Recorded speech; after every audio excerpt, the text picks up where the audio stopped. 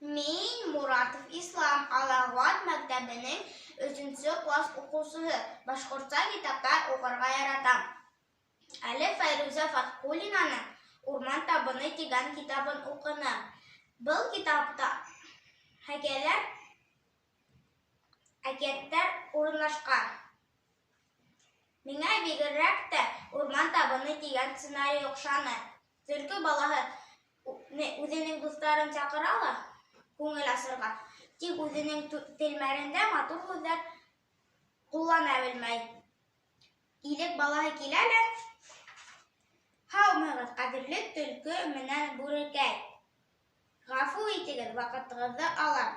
Һез табын ягыгыз дип ишеткәнем, рөхсәт итһәгез, мин дә килер инем, зинһар кире какмагыз. Өйдә яңгызмын, рәхим итеп, бына күстәнәчләремне лә алыгыз». Күпме матур һүзләр бар.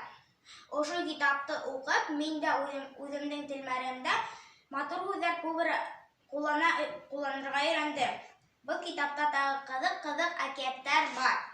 Кем көчле, кем тәрбияләй, шул әсәй.